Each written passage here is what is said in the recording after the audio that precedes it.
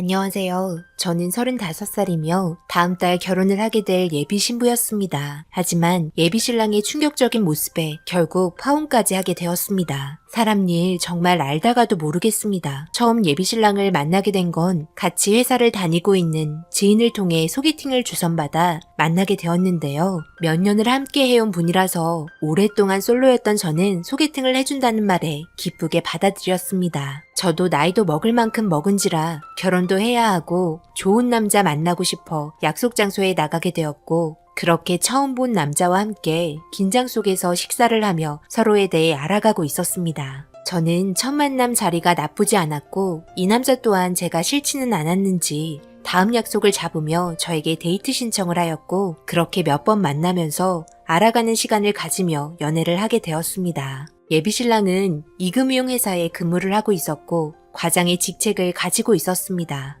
하지만 생각보다 바쁜 일정으로 자주 볼 수는 없었습니다. 잦은 출장과 함께 영업도 해야 한다며 많이 힘들어했고, 그런 모습이 안쓰러워 밖에서 볼일 보러 나왔을 때 힘내라며 도시락을 준비해서 준 적도 몇 번 있었습니다. 저에게 항상 자상하고 인사 왔을 때도 저희 집안에 정말 잘하려고 노력하는 모습이 보였고, 부모님께서도 예비 신랑이 싫지 않으셨는지 좋은 남자 같다며 결혼까지 했으면 좋겠다는 말도 나왔습니다. 저 또한 몇 번 인사드리러 간 적 있었고 저에게 정말 잘해주시는 예비 시부모님께 너무 감사했습니다. 싹싹하니 애교도 많고 밝은 모습이 보기 좋다며 저를 좋게 봐주시면서 생각보다 빠른 시일에 상견례까지 하게 되었습니다. 연애한 지 6개월밖에 안 된 상태에서의 상견례 자리였고, 아직 서로 많은 것을 알지 못했지만 그동안 만나면서 봐왔던 예비 신랑의 한결같은 모습에 크게 달라질 거 없을 거라 생각했습니다. 워낙 양가 집안 모두 결혼하라며 저희를 밀어줬기 때문에 앞으로 살면서 남자 만날 일 또 언제 있을지 몰랐던 저는 예비 신랑에게 제 인생을 맡기기로 결심을 하게 되었습니다. 그렇게 결혼 준비를 하면서 행복한 날들을 보내고 있었습니다. 나도 결혼을 하는구나 생각하며 결혼식에 관련된 영상을 찾아보면서 매일매일 들뜬 마음을 가지고 있었고,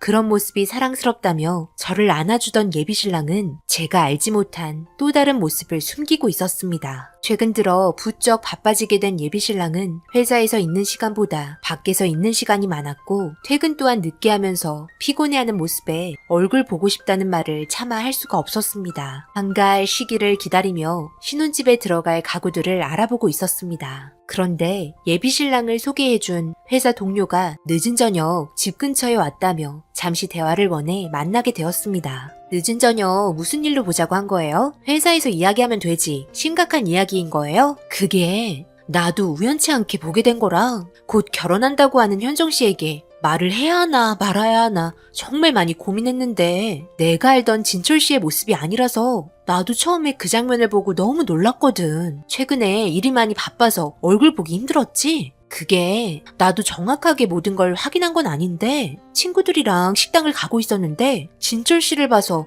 인사라도 할 겸 따라갔거든. 그런데 어느 한 건물에 들어갔는데 지하로 내려가더라고. 아무런 간판도 없고 음식점도 아니었고, 그래서 문을 열어봤는데 너무 어두컴컴해서 아무것도 보이지 않았어. 텅텅 빈 지하실 안에서 갑자기 사라져버린 진철 씨가 걱정이 돼서 찾아보려 하는 순간 뒤에서 누군가가 나를 붙잡았고, 출입증이 없으면 들어올 수 없는 곳이라며 나를 내쫓았어. 그래서 친구들과의 약속을 취소하고 한참 동안 진철 씨를 기다렸는데 몇 시간이 지나도록 나오지 않더라고. 시간도 너무 늦기도 하고 나 또한 지쳐서 발길을 돌리고 말았는데 너무 이상해서 일단 알아보는 게 좋을 것 같아 고민하다가 연락을 하게 된 거야. 돌다리도 한 번은 두들겨보고 건너라잖아. 그러니 결혼 전에 한번 확인해보는 게 좋지 않을까?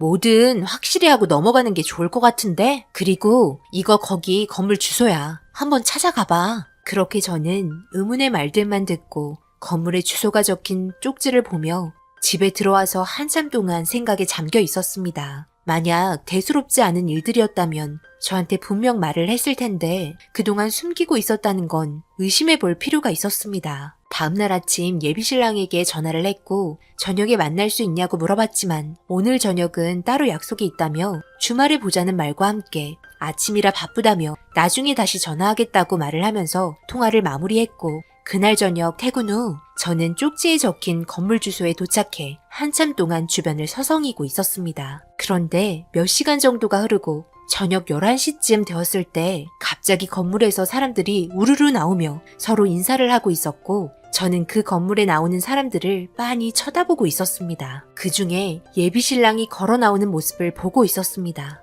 마찬가지로 다른 사람들과 인사를 하면서 헤어졌고 그리고 누군가에게 전화를 거는 모습을 봄과 동시에 핸드폰이 울리기 시작했습니다. 예비신랑은 저에게 전화를 걸어왔고 지켜보고 있었다는 걸 들키기 싫어 화장실에 들어가 전화를 받았습니다. 별일 없는 안부 전화였고 통화가 끝남과 동시에 재빨리 다시 화장실에서 나와 건물 쪽을 바라보고 있는데 그곳에는 예비신랑뿐만 아니라 예비 시부모님께서도 함께 계셨습니다. 여러 사람들이 함께 모여 있다는 건 무슨 단체에 소속되어 있는 게 분명했고 좀 더 알아보기 위해 신중할 필요가 있다는 걸 느꼈습니다. 저는 다음날 저녁 퇴근 후 다시 그 건물 반대편 카페에 앉아 모든 걸 지켜보고 있었습니다. 기다린 지 1시간 정도가 지나고 예비신랑과 시부모님께서 건물 안으로 들어가는 걸 확인한 후 뒤이어 저도 그 모습을 놓치기 싫어 조심스럽게 뒤따라 갔습니다. 지하실로 내려간 곳에는 정말 아무것도 보이지 않았으나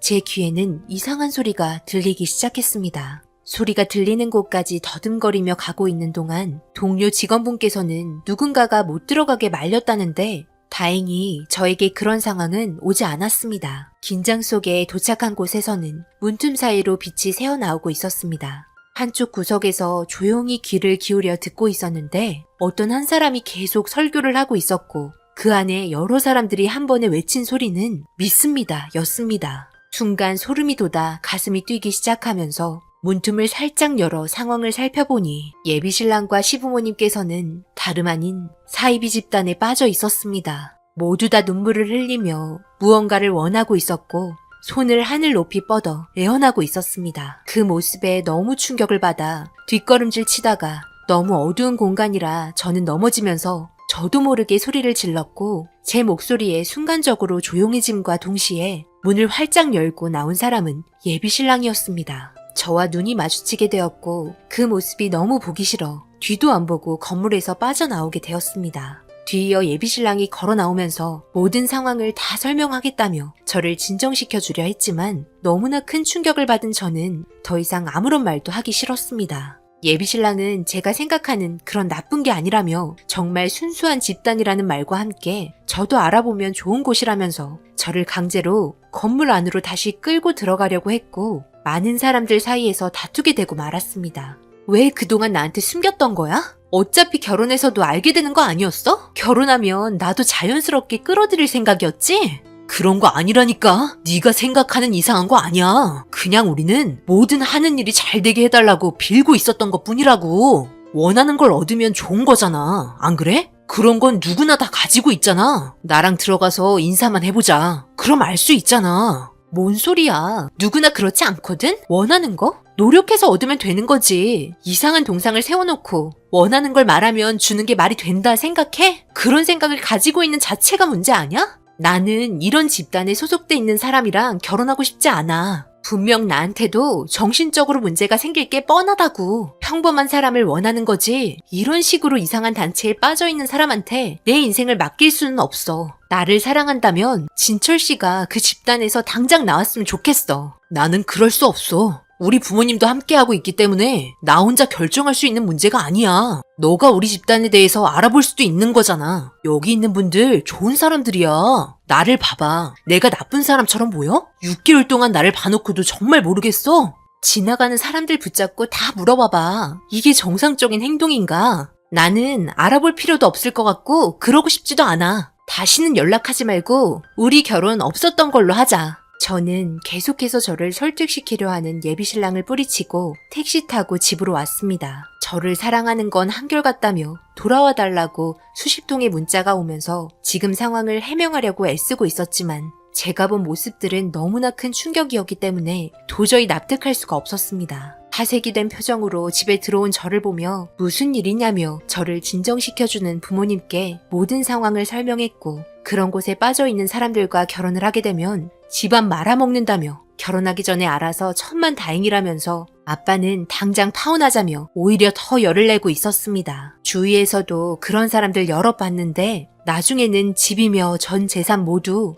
털어주는 걸 봤다면서 우리 딸 인생 망칠 뻔했다면서 예비 시부모님께 전화해서는 한참 동안 언성이 높아진 상태로 대화가 오고 갔고 결국 파혼 결정을 하게 되었습니다. 마지막으로 예비 신랑한테 문자가 온 내용은 제가 너무 오버한다는 말이었습니다. 이런 문제 또한 자기는 사랑으로 헤쳐나갈 수 있다며 이해 못해주는 제가 너무 원망스럽다는 말을 하면서 진정이 좀 되고 다시 진지하게 대화할 시간을 가졌으면 좋겠다는 말을 하면서 저에게 그동안 사랑했다는 말로 끝맺었습니다. 저를 그동안 사랑하고 있었던 건 맞는 걸까요? 괜찮은 곳이었으면 여태까지 숨길 필요가 있었을까요?